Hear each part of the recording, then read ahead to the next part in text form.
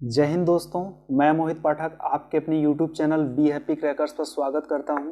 दोस्तों, आज हिस्ट्री के इस छठे लेक्चर में हम लोग मौर्य साम्राज्य के बारे में पढ़ेंगे और एग्जाम के पॉइंट ऑफ व्यू से जितने भी इम्पोर्टेंट फैक्ट हैं जिनसे कि 100% क्वेश्चन एग्जाम में देखने को मिलते हैं उस पर हम विशेष रूप से चर्चा करेंगे। दोस्तों, मैंने इसके पहले ऑलरेडी 16 महाजनपद, हर्यक वंश, शिशुनाग वंश, नंद वंश के बारे में पूरा डिटेल से आपको समझाया है। सो फ्रेंड्स, आप लोग प्लेलिस्ट में जाकर वो वीडियो जरूर वॉच कीजिएगा। दोस्तों, ये वीडियो जितना हो सके अपने दोस्तों के साथ शेयर कीजिएगा और चैनल को सब्सक्राइब करना ना भूलें। ओके फ्रेंड्स, तो आज का यह लेक्चर हम लोग स्टार्ट करते हैं। तो देखिए, हमारा पहला हेडिंग है मौर्य साम्राज्य। मौर्य साम्राज्य के अगर शासनकाल के बारे में बात करें तो ध्यान दीजिएगा, मौर्य साम्राज्य का शासनकाल 322 ईसा पूर्व से लेके 185 ईसा पूर्व तक चला था। ओके फ्रेंड्स, अब ध्यान दीजिएगा कि जो मौर्य साम्राज्य था इसके बारे में हमें जो जानकारियां प्राप्त होती हैं इनके विभिन्न स्रोतों से प्राप्त होती हैं। ओके फ्रेंड्स, तो इसमें जो सबसे महत्वपूर्ण 3 स्रोत थे वो थे, नंबर 1 पे थे साहित्यिक साक्ष्य, नंबर 2 है विदेशीय विवरण, नंबर 3 है पुरातात्विक साक्ष्य। अगर हम साहित्यिक साक्ष्य के बारे में बात करें तो ध्यान दीजिएगा, साहित्य से मतलब है लेखन से, यानी कि जो विभिन्न प्रकार की ग्रंथ या कोई भी पुस्तक है उनके माध्यम से। ओके फ्रेंड्स, तो ध्यान दीजिएगा, इसमें सबसे पहले आता है अर्थशास्त्र। अर्थशास्त्र को कौटिल्य ने लिखा था और पुराणों के माध्यम से, मुद्रा राक्षस नाटक के माध्यम से, जैन और बौद्ध ग्रंथों से भी मौर्य वंश के बारे में जानकारियां प्राप्त होती हैं। अगर हम विदेशी विवरण के बारे में बात करें तो ध्यान दीजिएगा, इसमें है मेगास्थनीज, स्ट्रेबो, कर्टियस आदि।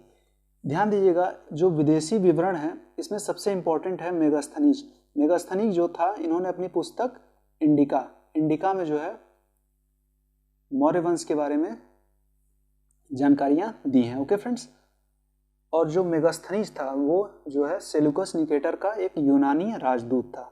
ओके फ्रेंड्स, अब देखिए तीसरा हमारा है पुरातात्विक साक्ष्य। पुरातात्विक साक्ष्य में जो सबसे पहले आता है अशोक के अभिलेख। अशोक के 40 से भी ज़्यादा अभिलेख हैं।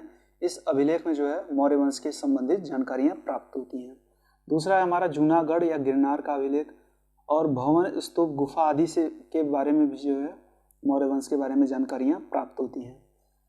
मुद्रा, जिन्हें आरंभिक जो मुद्रा थे उन्हें पंचमार्क या आहत सिक्के के नाम से भी जाना जाता है। ओके फ्रेंड्स, ध्यान दीजिएगा, जो सिक्कों का अध्ययन होता है, सिक्के को अध्ययन को मुद्रा शास्त्र के नाम से जाना जाता है। ध्यान दीजिएगा कि जो आरंभिक सिक्के होते थे उस पर कोई भी लेख नहीं लिखा होता था। ओके फ्रेंड्स, उस पर केवल और केवल आकृतियां बनी होती थी। अब देखिए, हमारे कुछ इंपॉर्टेंट नोट हैं। नंबर इसमें 1 आता है इंपॉर्टेंट नोट में। ध्यान दीजिएगा कि जो सबसे महत्वपूर्ण अर्थशास्त्र, जो एक कौटिल्य का अर्थशास्त्र नामक जो पुस्तक था, उसमें चंद्रगुप्त मौर्य के बारे में सबसे अच्छे विस्तार पूर्वक अध्ययन इसी अर्थशास्त्र नामक पुस्तक में लिखी गई है। ओके फ्रेंड्स, अब दूसरा है हमारा पॉइंट, सबसे प्राचीनतम राजवंश मौर्य वंश है। ध्यान दीजिएगा, कभी कभी एग्जाम में पूछ लेता है कि भारत का सबसे प्राचीनतम राजवंश कौन है, तो आप लोग बताएंगे सबसे प्राचीनतम राजवंश मौर्य वंश था। ओके फ्रेंड्स, मौर्य वंश था। अब देखिए, मौर्य वंश के जो इंपॉर्टेंट शासक थे उनके बारे में बात करें तो सबसे नंबर 1 पे आते हैं चंद्रगुप्त मौर्य। ध्यान दीजिएगा, चंद्रगुप्त मौर्य जो थे, इन्होंने कौटिल्य की सहायता से नंद वंश के सबसे अंतिम शासक जो घनानंद थे उनको हरा कर मौर्य वंश की स्थापना की थी। ओके फ्रेंड्स, अब ध्यान दीजिए, चंद्रगुप्त मौर्य का जो जन्म था वो 345 ईसा पूर्व में हुआ था।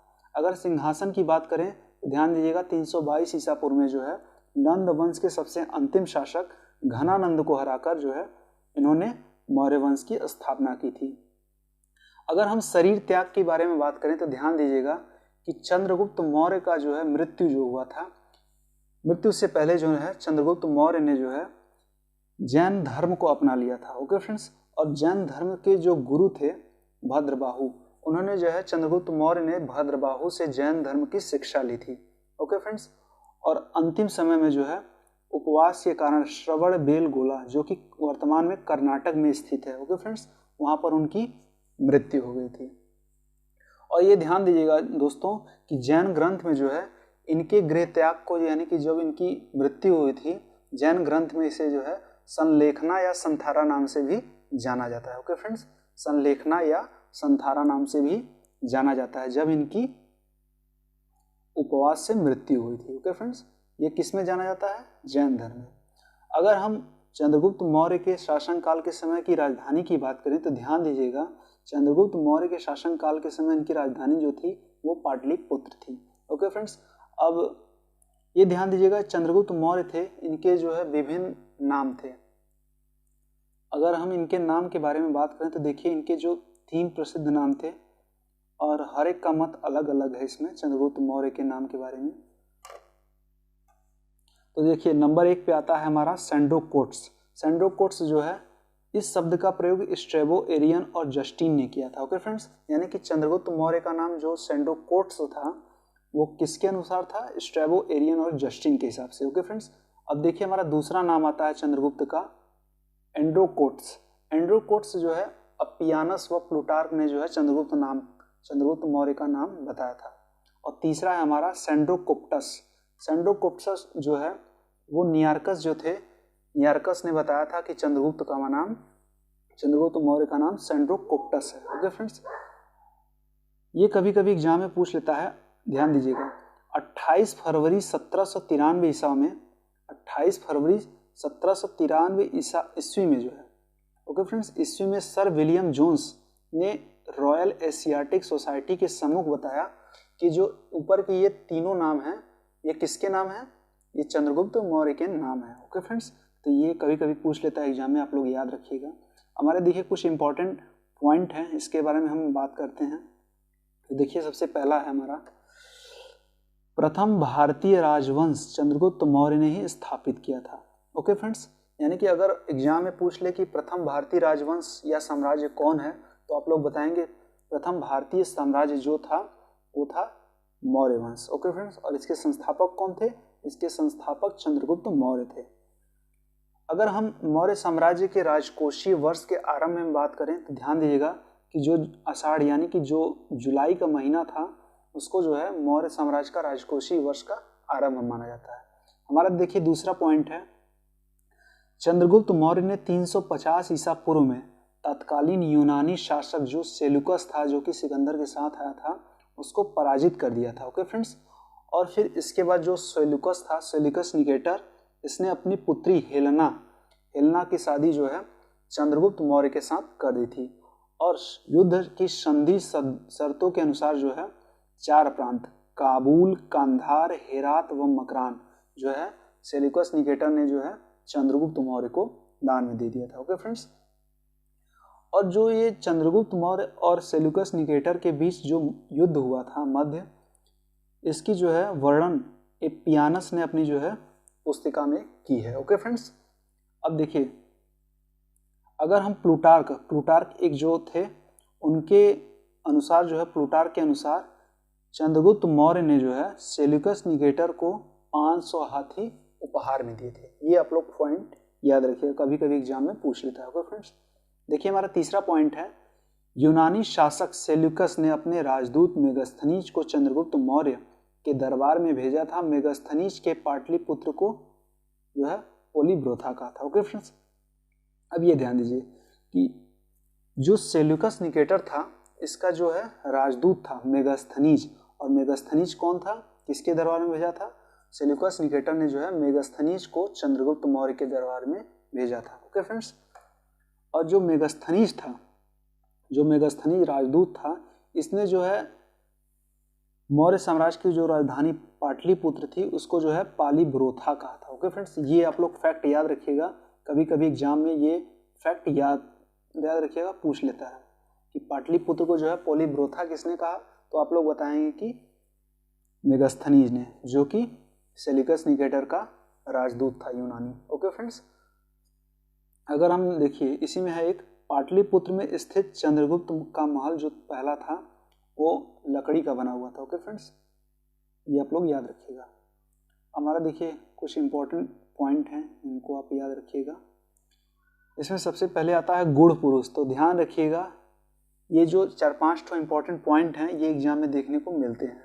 तो सबसे पहला आता है गुण पुरुष। तो ध्यान रखिएगा कि मौर्य साम्राज्य में गुण पुरुष गुप्तचरों को कहा जाता था। Okay friends. और दूसरा है हमारा एग्रोनोमाई। तो ध्यान देखिएगा कि एग्रोनोमाई जो कहते थे वो मौर्य साम्राज्य में जो है सड़क निर्माण अधिकारी को कहा जाता था। पण, ध्यान दीजिएगा, पण जो था वो मौर्य साम्राज्य में जो है प्रचलित मुद्रा का नाम था। यानी कि विभिन्न शासकों में जो है विभिन्न प्रकार के मुद्रा के नाम होते थे। तो ये आप लोग याद रखिएगा कि मौर्य साम्राज्य में मुद्रा का नाम पण था। Okay friends. हमारा नेक्स्ट है इंडिका। इंडिका देखिए, इंडिका जो था वो इंडिका जो है मेगास्थनीज जो है इंडिका नामक पुस्तक की रचना की थी मेगास्थनीज ने। Okay friends. तो इंडिका क्या है, ये पुस्तक है मेगास्थनीज द्वारा रचित जो है। Okay friends. अब देखिए हमारा नेक्स्ट है तक्षशिला। तक्षशिला क्या था, तो ये आप लोग ध्यान रखिएगा। तक्षशिला जो था, तक्षशिला जो है मौर्य साम्राज्य में जो है शिक्षा का प्रसिद्ध केंद्र स्थल था। Okay friends. याद रखिएगा तक्षशिला जो है 16 महाजनपद के समय शासनकाल के समय में भी तक्षशिला शिक्षा का महत्वपूर्ण केंद्र था। और इसी तक्षशिला में जो है जो आचार्य चाणक्य थे इसमें जो है आचार्य थे। Okay friends. अब देखिए हमारा नेक्स्ट पॉइंट है चाणक्य, विष्णुगुप्त, कौटिल्य। ये ध्यान रखिएगा ये तीनों एक ही नाम से जाना जाता है। कौटिल्य को जो है या चाणक्य को इन्हीं नाम से जाना जाता है, यानी कि ये तीनों नाम एक ही है। Okay friends. तो ये कौन थे, ध्यान रखिएगा कि जो चाणक्य थे वो चंद्रगुप्त मौर्य के प्रधानमंत्री थे। Okay friends. हमारा देखिए 5वां पॉइंट है रुद्रदामन नामक जूनागढ़ नामक अभिलेख से यह पता चलता है कि चंद्रगुप्त मौर्य का प्रभाव पश्चिम भारत तक फैला हुआ था। विशाखा दत्त का जो ग्रंथ था मुद्रा राक्षस, ध्यान दीजिएगा मुद्रा राक्षस किसके के रचयिता कौन है, तो आप लोग याद रखिएगा कि विशाखा दत्त जो है मुद्रा राक्षस के ग्रंथ के रचयिता हैं। Okay friends. इसमें जो है मुद्रा राक्षस में चंद्रगुप्त मौर्य के विशिष्ट रूपों का वर्णन हुआ है। अब देखिए हमारा 6वां पॉइंट है मालवा, गुजरात और महाराष्ट्र को सर्वप्रथम जो है चंद्रगुप्त मौर्य ने जीता था। कभी कभी एग्जाम में पूछ लेता है कि मालवा, गुजरात व महाराष्ट्र को सर्वप्रथम किसने जीता था, तो आप लोग बताएंगे कि इन तीनों को जो है सर्वप्रथम चंद्रगुप्त मौर्य ने जीता था। Okay friends. तो ये हमारे थे चंद्रगुप्त मौर्य के बारे में। अब हमारा नेक्स्ट है बिंदुसार, यानी कि जो चंद्रगुप्त मौर्य था उसका जो चंद्रगुप्त मौर्य का जो है चंद्रगुप्त मौर्य का जो उत्तराधिकारी था उसका पुत्र बिंदुसार, जिसे जो है अमित्र घात के नाम से भी जाना जाता है। तो ये आप लोग याद रखिएगा कि अमित्र घात को जो है अमित्र घात का मतलब क्या होता है, शत्रु विनाशक। Okay friends. तो ये आप लोग याद रखिएगा। अगर हम बिंदुसार के शासनकाल के बारे में बात करें तो ध्यान दीजिएगा बिंदुसार का शासनकाल जो है 298 ईसा पूर्व से लेके 273 ईसा पूर्व तक था। अगर इसके सिंहासन के बारे में बात करें तो ध्यान दीजिएगा कि 298 ईसा पूर्व में जो है इसने सिंहासन ग्रहण किया था और ये जो है चंद्रगुप्त मौर्य का उत्तराधिकारी था। अगर उपनाम के बारे में बात करें तो ध्यान दीजिएगा बिंदुसार का जो है 2 महत्वपूर्ण उपनाम था। पहला था जैन ग्रंथ में जो है बिंदुसार को सिंहसेन कहा गया है। Okay friends. तो ध्यान रखिएगा कि जैन ग्रंथ में अगर पूछे तो आप लोग बताएंगे कि जैन ग्रंथ में बिंदुसार को सिंहसेन कहा गया है। अगर वायु पुराण में पूछे तो आप लोग बताएंगे कि बिंदुसार को वायु पुराण में भद्रसार या मद्रसार कहा गया है। Okay friends. अगर हम धर्म के बारे में बात करें तो ध्यान रखिएगा कि जो बिंदुसार ने जो धर्म अपनाया था वो कौन सा धर्म था, वो आजीवक संप्रदाय का अनुयायी था। Okay friends.